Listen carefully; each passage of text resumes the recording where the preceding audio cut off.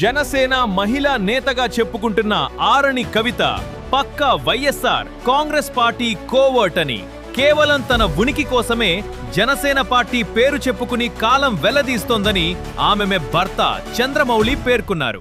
Chittoor press club లో Chandramouli media ప్రతినిధులతో మాట్లాడుతూ తనకు ఆరణి కవితకు 2017 నుంచి వివాదాలు జరుగుతున్నాయని, తనపై అనేక తప్పుడు కేసులు పెట్టి తనను వేధిస్తున్నారని ఆరోపించారు. 2021లో తాను ఆమె నుంచి విడాకులు తీసుకున్నానని, అయితే కొంతమంది పెద్దల సమక్షంలో ఒక ఒప్పందం చేసుకున్నామని ఆయన తెలిపారు. ఆ ఒప్పందం ప్రకారం తనపై కేసులను ఆమె ఉపసంహరించుకోవాలని, అలాగే తాను ఆమెపై కేసులను ఉపసంహరించుకుంటానని పరస్పర ఒప్పందం చేసుకున్నామని చంద్రమౌళి చెప్పారు. అయితే ఆరణి కవిత తనపై కేసులను ఇప్పటికీ ఉపసంహరించుకోకపోగా కొంతమంది రౌడీలతో తనను బెదిరింపులకు గురి చేస్తున్నారని ఆయన ఆరోపించారు. ఒప్పందం ప్రకారం ఆమెకు భరణం కింద ఒక గృహాన్ని కేటాయించాల్సి ఉందని, అయితే ఆమె ఒప్పందాన్ని ఉల్లంఘించినందువల్ల ఆ భరణాన్ని వెనక్కి తీసుకునేందుకు తాను కోర్టుకు వెళ్తున్నట్లు చంద్రమౌళి తెలిపారు. ఆరణి కవిత తన పబ్బం గడుపుకోవడానికి చిత్తూరు అభివృద్ధికి ఎంతో కృషి చేస్తున్న ఎమ్మెల్యే పేరును కూడా దుర్వినియోగం చేస్తున్నారని, అలాగే జనసేన పార్టీని కూడా భ్రష్టు పట్టిస్తున్నారని చంద్రమౌళి నా పేరు చంద్రమౌళి. నేను 2002 సంవత్సరం నుంచి అడ్వకేట్గా ప్రాక్టీస్ చేస్తున్నాను. నాకు 2005 సంవత్సరం కవిత అనే ఆమెతో వివాహం జరిగినది. ఇప్పుడు నేను వీటికి రావడం కారణం ఏమిటంటే, నిన్న ఒక మహానటి వచ్చి ఒక ప్రెస్ మీట్ పెట్టింది, దానికి రిప్లై ఇచ్చేదానికి వచ్చిన. ముఖ్యంగా 2000 మాకు గొడవలు, నాకు కవితకి డిస్ప్యూట్స్ వచ్చి 2017 నుంచి మేము సపరేట్గా ఉన్నాము. కోర్టులో కేసులు జరుగుతున్నాయి. ఒకరొకరు మోర్ దెన్ 15 కేసులు పెట్టుకున్నాం. కోర్టులో కేసులు జరుగుతూ ఉన్నాయి 2017 నుంచి.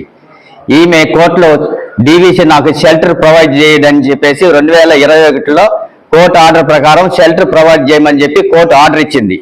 కోర్టు ఆర్డర్ గౌరవిస్తూ నేను ఆమెకి షెల్టర్ ప్రొవైడ్ చేయటం జరిగింది.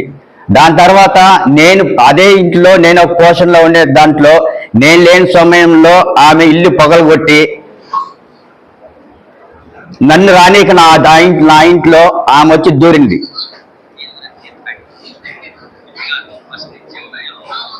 నన్ను రానికుండా నా ఇంట్లో నుంచి నన్ను తరివేసింది. దాని తర్వాత నేను కింద ఒక పోర్షన్లో ఉంటే నా మీద ప్రతిరోజు పిల్లకాయలు రౌడీలు తీసుకొని వచ్చి నా మీద గొడవలు చేస్తా ఉంది. అది వీడియో చూడండి. ఎందుకంటే ఆ మహానటి లాగా ప్రెస్లో అంతా నటిస్తూ బయట చేసే చిల్లర పనులు ఎన్ని ఉండేదని మీకు ఈ ప్రత్యేకత అందరికి తెలియాలని ఇవన్నీ వీడియోస్ కూడా చూపిస్తున్నా. కొట్టి పిల్లకాయలు పెట్టుకొని పగలగొట్టి ఇంత దౌర్జన్యం చేస్తా ఉంది. దాని తర్వాత ఆ ఇంట్లో ఒక పోర్షన్లో వచ్చి చేరినాక ఆ ఇంట్లో రెంట్కు ఉండే వాళ్ళని ఒక్కొక్కరిని ఏ విధంగా వాళ్ళని టార్చర్ పెట్టి వాళ్ళ ఇంట్లో నైట్ టైంలో గొడవలు చేసి గడపాలతో పగలగొట్టి వాళ్ళని ఎంత ఇబ్బంది పెట్టి వాళ్ళు కూడా కంప్లైంట్ ఇవ్వడం కూడా జరిగింది. 2 టౌన్ పోలీస్ స్టేషన్లో వాళ్ళు కూడా కవిత పైన కంప్లైంట్ ఇవ్వడం కూడా జరిగింది. ఈ కేసులు కూడా కోర్టులో జరుగుతూ ఉన్నాయి. 2023లో నేను ఆఫీసులో ఉండగా తులసిరామ్ అంటే వీళ్ళ అన్న కొడుకు జ్యోతిష్, వాడికి ఎప్పుడు డ్రగ్స్ అలవాటు, గంజాయి తాగుతా ఉంటారు. అది కూడా కవితనే ఆమె రైట్ హ్యాండ్ లాగా వాడిని గంజాయి తాగిపించుకొని వెనకెట్టి పెట్టుకొని గొడవలకి అంతా వాడిని ప్రేరేపిస్తూ ఉంటుంది. నేను ఆఫీసులో ఉండగా వాళ్ళ అన్న కొడుకు పిల్లకాయలు తీసుకొని వచ్చి నన్ను గొడవలు చేసి నన్ను కొట్టి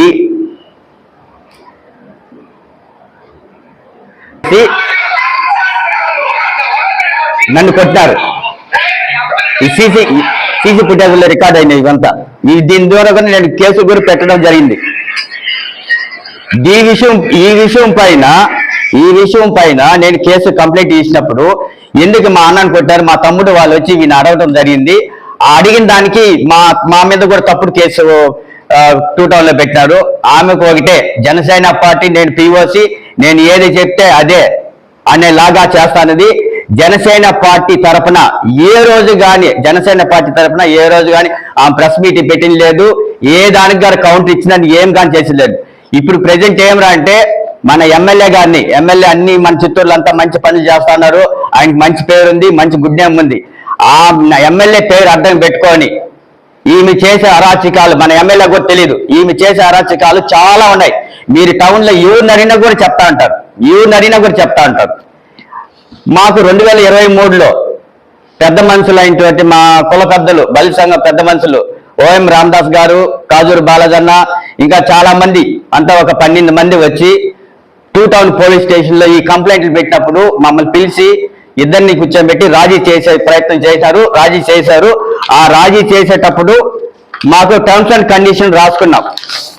టర్మ్స్ అండ్ కండిషన్ ఏమరా అంటే నేను ఆమెకి 3 crores property, 3.5 crores property, gold ఒక 2 crores, కారు, ఇంట్లో సామాన్లు అంతా ఇచ్చేసేయండి అని చెప్పి పెద్దలు చెప్పినారు. పెద్ద మాట ప్రకారంగా ఇవంతా వద్దనుకొని నేను పెద్ద సమక్షంలో ఒప్పుకొని అన్ని సంతకాలు పెట్టినాం. దాని తర్వాత వితిన్ ఒక వారం లోపల కేసులన్నీ ఒకరి మీద ఒకరు పెట్టుకుని కేసులన్నీ విత్డ్రా చేయాలనేసి ఆ రోజు పెద్ద మనుషులు నిర్ణయించారు. ఆ పెద్ద మనుషులు చెప్పిన విధంగా నేను ఒక వారంలోగా కేసులన్నీ విత్డ్రా చేశాను. నా ప్రాపర్టీ మొత్తం రాసుకుంది, స్వయాన ఆమె అక్షరాలు, ఆమె హ్యాండ్ రైటింగ్ ఇది, ఆమె రాయించిందే. వితిన్ 1 week లోపల అన్ని కేసులు విత్డ్రా చేసిపోతే నేను రాయించిన ఇల్లు కూడా నేను క్యాన్సిల్ చేసుకుంటాను కూడా రాయించింది. దీనికి గాను మన పెద్ద మనుషులు అందరూ కూడా సంతకాలు పెట్టినారు. ఫస్ట్ ఏం చేసినారంటే నా ప్రాపర్టీ మొత్తము రాయించుకునింది, గోల్డ్ అంతా తీసుకునింది, రాయించుకునింది, కారు ఇటు తీసుకునింది. పెద్ద మనుషులు కూడా సంతకాలు పెట్టినారు. అన్ని రాయించుకొనేసి కేసులు నా మీద కేసులు పెట్టింది విత్డ్రా చేయకుండా నేను పెట్టిన కేసులంతా విత్డ్రా చేయించేసుకొని నా మీద ఇప్పుడు కూడా నా మీద కేసులు జరుగుతూ ఉన్నాయి. ఇదే 2 టౌన్ పోలీస్ స్టేషన్లో పెద్ద మనుషుల సమక్షంలో అందరూ కూర్చొని నా దగ్గర బలవంతంగా మొత్తం అంతా రాయిచ్చేసి, వీళ్ళందరూ పెద్ద మనుషులు, బలి సంఘం పెద్ద మనుషులు, నా ఉన్న ఆస్తి అంతా రాయిచ్చేసి, 2 కోట్ల ఆస్తి రాయిచ్చేసి ఇంతవరకు 3 ఏళ్ళు అవుతా ఉంది. ఈ మంటిని 3 ఏళ్ళు అవుతా